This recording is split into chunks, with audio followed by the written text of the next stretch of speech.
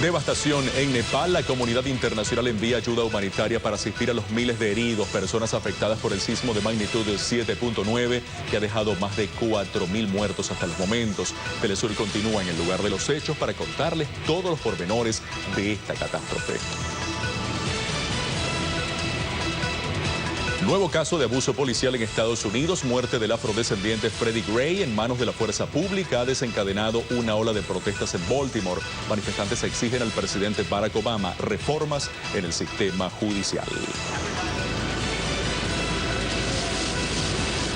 Exigen mejoras laborales para trabajadores del sistema educativo de Colombia. Miles de maestros y estudiantes universitarios marcharon por las calles de Bogotá para pedirle respuestas al gobierno nacional.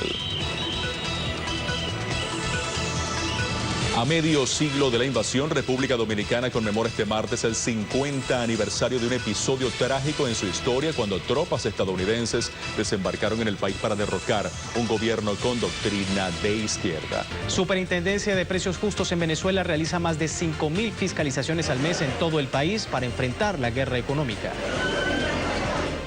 Grupos de productores al norte de México se unen al movimiento de jornaleros en demanda de mejoras salariales.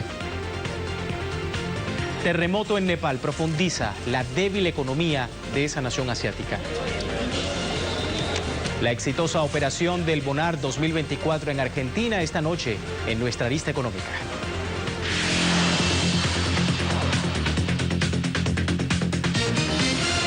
Comenzamos en Venezuela para enfrentar la guerra económica promovida por sectores empresariales de la derecha. Funcionarios del gobierno realizan más de 5.000 fiscalizaciones mensuales en todo el país. Andrés Eloy Méndez, superintendente nacional para la defensa de los derechos socioeconómicos en esa nación, explicó que la guerra económica tiene una dimensión psicológica generada por sectores de derecha que incentivan la compra desmesurada de productos de primera necesidad.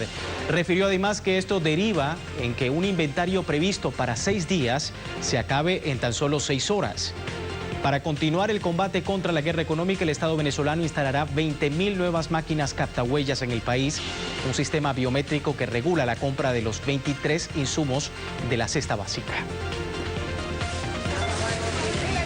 Continuamos en Venezuela. El Estado bolivariano garantiza el uso eficiente de las unidades hidroeléctricas, así como la modernización del sistema eléctrico nacional en medio del periodo de sequía que enfrenta el país.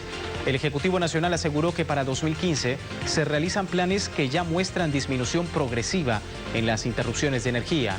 La incorporación de más de 2.000 nuevos megavatios al sistema eléctrico nacional y el desarrollo de 600 kilómetros de líneas de transmisión contribuyen también a mejorar dicho servicio. Pese a factores climáticos, el Ejecutivo Nacional desarrolla el plan de consumo eficiente de la banda verde para crear conciencia en función del uso responsable de la energía eléctrica. Vamos a otro escenario. Unas 35 empresas salieron del territorio colombiano ante la crisis que golpea la exploración minera en ese país. La caída de la cotización de los minerales y la incertidumbre jurídica en Colombia limitan la labor de empresas dedicadas a la exploración de yacimientos mineros.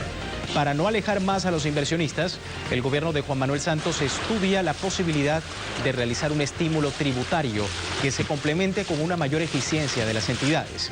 Una fórmula que, a pesar de haber resultado exitosa en sectores como el hotelero, pretende contrarrestar que el mercado de capitales continúe concentrando sus operaciones en actividades económicas que ofrecen mayor rentabilidad a corto plazo. Se destaca que la actividad minera no se ha traducido en mejoras para las comunidades aledañas y las transnacionales del sector solo han dejado pobreza, desigualdad y desempleo a su paso. Nos situamos ahora en México. Pequeños productores de la fresa en el Valle de San Quintín, al norte de México, se han unido al movimiento emprendido por jornaleros de esa zona del país en demanda de mejoras salariales.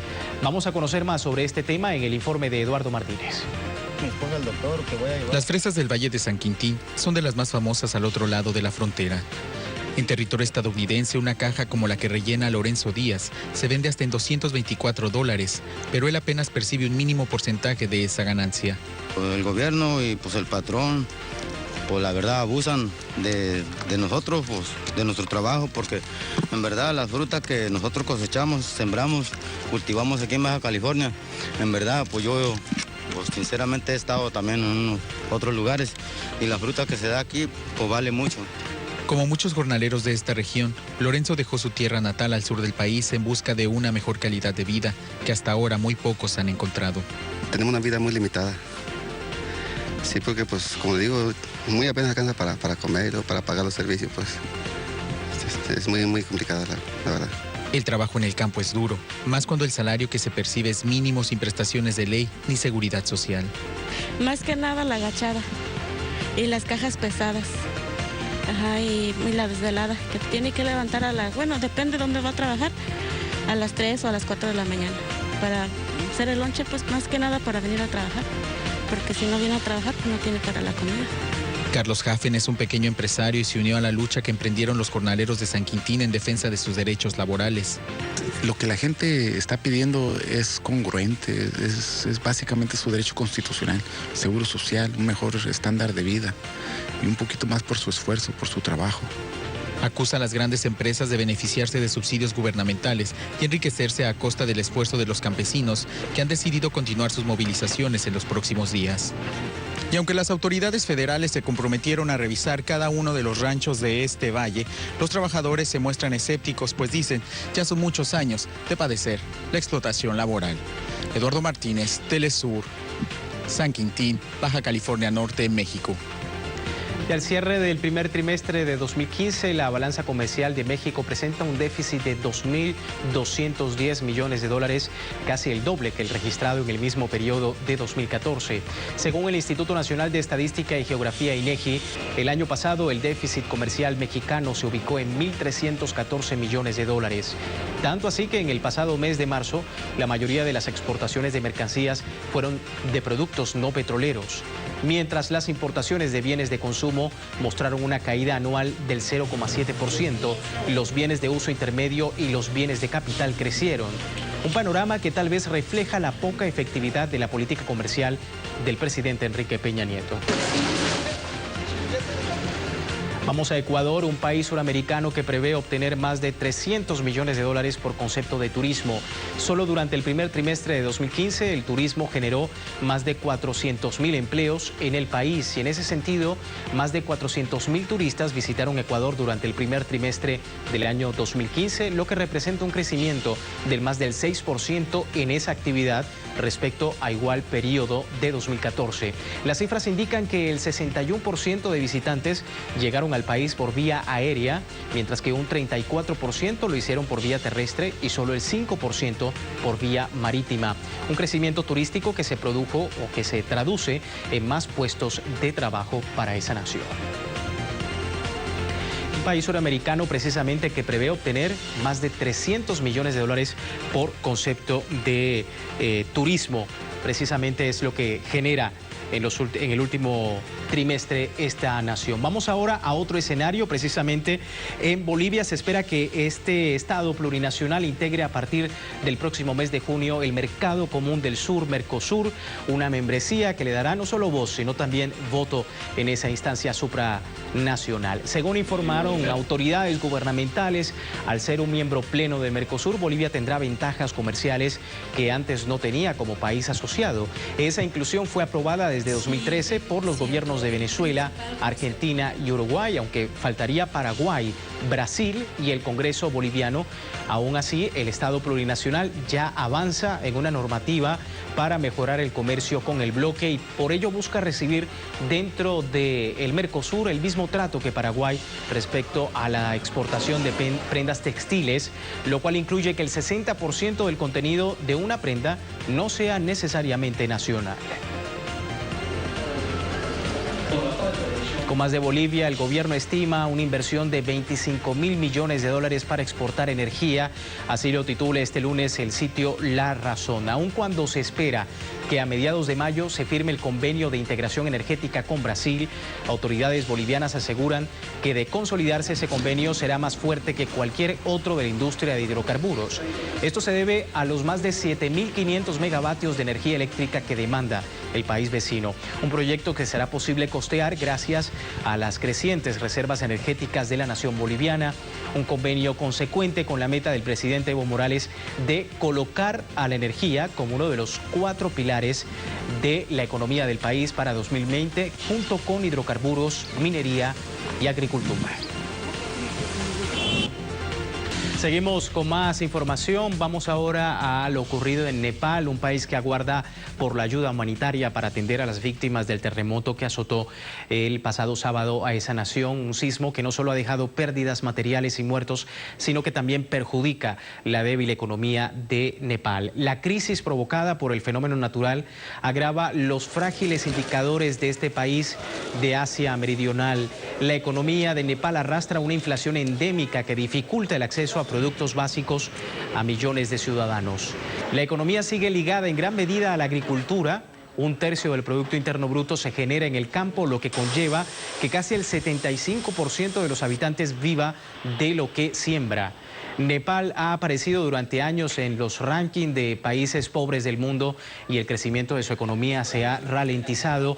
Expertos subrayan que la reconstrucción de esta nación podría superar los 5.000 millones de dólares, alrededor del 20% del Producto Interior Bruto de ese país.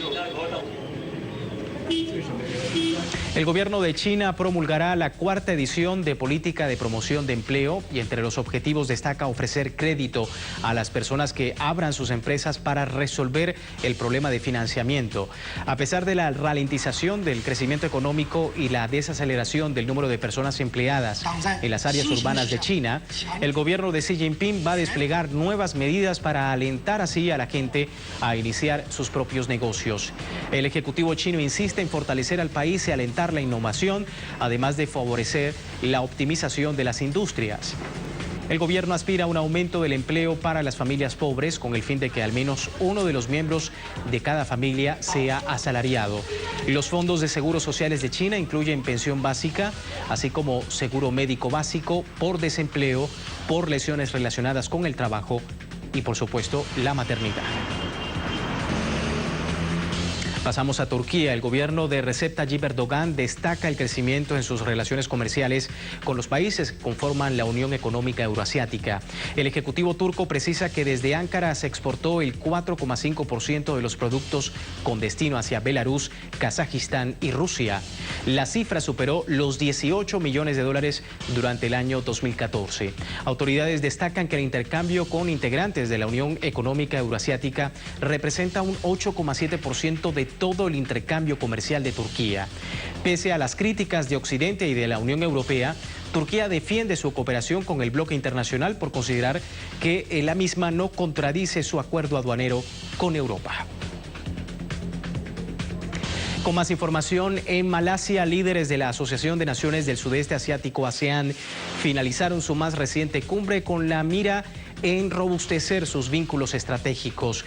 Pese a verse ensombrecida por la disputa territorial y marítima que mantienen China, Filipinas y Vietnam, los líderes del Estado del bloque asiático buscan establecer una comunidad económica que integre los 600 millones de personas que viven en la región. Igualmente, la ASEAN contempla reanudar para finales de 2015 sus negociaciones sobre un tratado de libre comercio con la Unión Europea. Las negociaciones para este tratado de libre comercio comenzaron en 2007, pero quedaron estancadas 2 años más tarde ante las reticencias europeas a incluir a Myanmar, entonces gobernada por una junta militar. Nos situamos ahora en Grecia porque el primer ministro heleno Alexis Tsipras refuerza su equipo económico con miras a negociar con Bruselas. El premier ha decidido cambiar a su equipo negociador con la Troika y reducir el papel de su ministro de Finanzas, Yanis Varoufakis, tras las críticas unánimes que le dirigieron sus socios europeos en la reunión informal del Eurogrupo en Riga por sus tácticas dilatorias.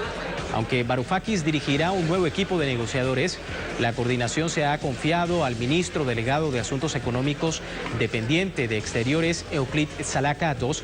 Fuentes señalan que Tsipras habló por teléfono el domingo con la canciller alemana Angela Merkel y el presidente del Eurogrupo, Jeroen Dijsselbloem, sobre el bloqueo en las discusiones.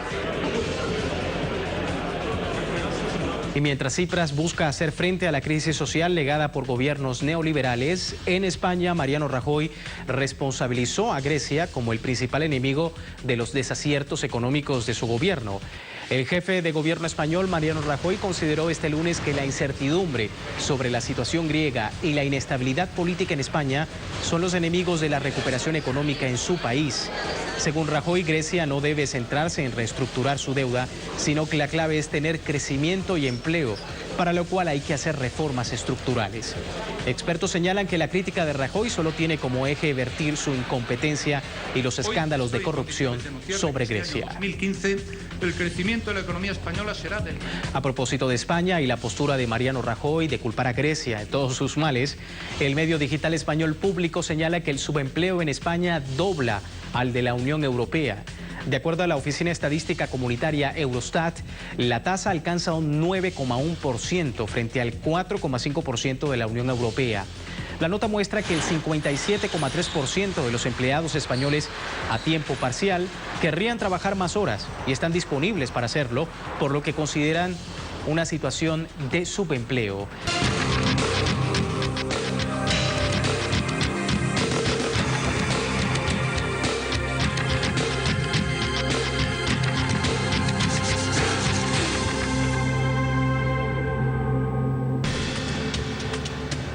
El gobierno argentino obtuvo la semana pasada más de $1.000 millones a través de la colocación del Bonar 2024, triplicando el monto anunciado para licitación y eludiendo los intentos de bloqueo por parte de los fondos buitres. El gobierno de Argentina celebró los $1.416 millones obtenidos en el mercado internacional de bonos a partir de la emisión del Bonar 2024, operación que, de acuerdo al ministro de Economía, Axel Kicillof, hace caer el mito de que no hay financiamiento para Argentina y que el país se encuentra aislado del mundo. En tanto, las pretensiones del fondo buitre NML de bloquear la operación y el pago futuro de los títulos licitados fueron calificadas por Kicillof como un intento de extorsión para hacer fracasar la subasta. Para expertos, el éxito del Bonar 2024 significa que los inversores internacionales analizan los fundamentos macroeconómicos del país, así como la posibilidad y la voluntad de pago del gobierno argentino para honrar sus deudas, por lo que consideran no se debe descartar una nueva colocación del Bonar. Respecto al pedido del juez estadounidense Tomás Griesa para que el país suministre información a los holdouts por la colocación del bono, el gobierno asegura que no se negará a los pedidos y seguirá con vocación de crecimiento.